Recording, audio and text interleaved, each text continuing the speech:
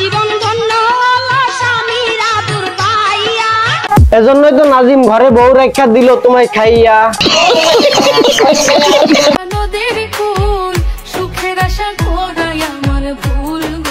আশা করছিল নাজিমের পেজ দিয়ে উড়াধুরা বউ ব্যবসা করবে আর মাল কমাবে, কিন্তু নাজিমের পেজ তো চান্দে। মানে তেমন কিছুই না, নাজিমের নষ্টামি আর ভালো লাগতেছিল না, তাই পেজ দিছে খাইয়া। প্রেমে পড়েছি তোমার, দুই চোখে আন্ধার দেখি ঘুম আসে না। পেজ তো না, এখন আর নষ্টামি কিভাবে করবি? যা বউরে দৌলতদিয়ার ঘাটে পাঠা, তুই ওই জায়গার ম্যানেজারই কর।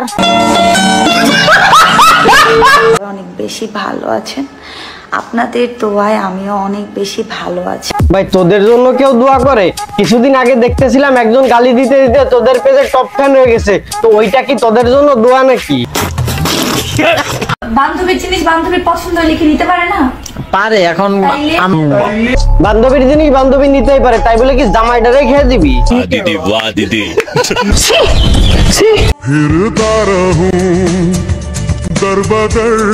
বিশ্বসেরা দুই নির্লজ্জ বিহায়া, লিঙ্ক পারানি আর কাল নাগিনি। সত্যি 100% সত্যি। যারা জানেন না তাদের জন্য বলছি, এরা দুজন আপন ভাই, এরা খুবই সচ্চরিত্রবান এবং দুজনই এক নারীতে আসক্ত।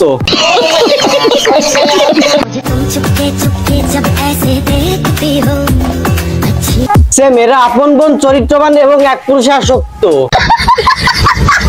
আমার জীবন ধন্য হলো স্বামীর আদর পাইয়া। তার সাথে সাথে আমি গালি খাই শুধু ফেসবুকে যাইয়া। मैं तुम्हारे बिना रह नहीं पाऊंगा বাবু। এই সেই তানিশা যে কিনা বলছিল আমি মইরা যাবো, তবুও কোনোদিন নাজিমরে বিয়া করবো না, আর কোনোদিন কাপল ব্লগও করবো না। সে এখন কাপল ব্লগ করে, তো এটা কি ওর মুখ নাকি গরুর? টাকা পয়সা সোনা দানায় কোনো শান্তি নাই। সব শান্তি বান্ধবীর জামাইরে খাইয়ে দিয়াই।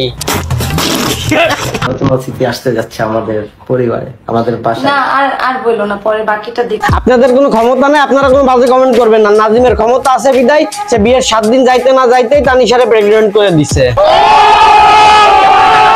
তোমার স্মৃতি আসতে যাচ্ছে আমাদের পরিবারে, তোমার স্মৃতি আসতে যাচ্ছে আমাদের পরিবারে। মিমকে কেন ডিভোর্স দিছে এবং বিয়ের 7 দিন যাইতে না যাইতেই তানিশা কিভাবে প্রেগন্যান্ট হয়েছে, আপনারা যদি বুঝে থাকেন অবশ্যই কমেন্টে জানাবেন।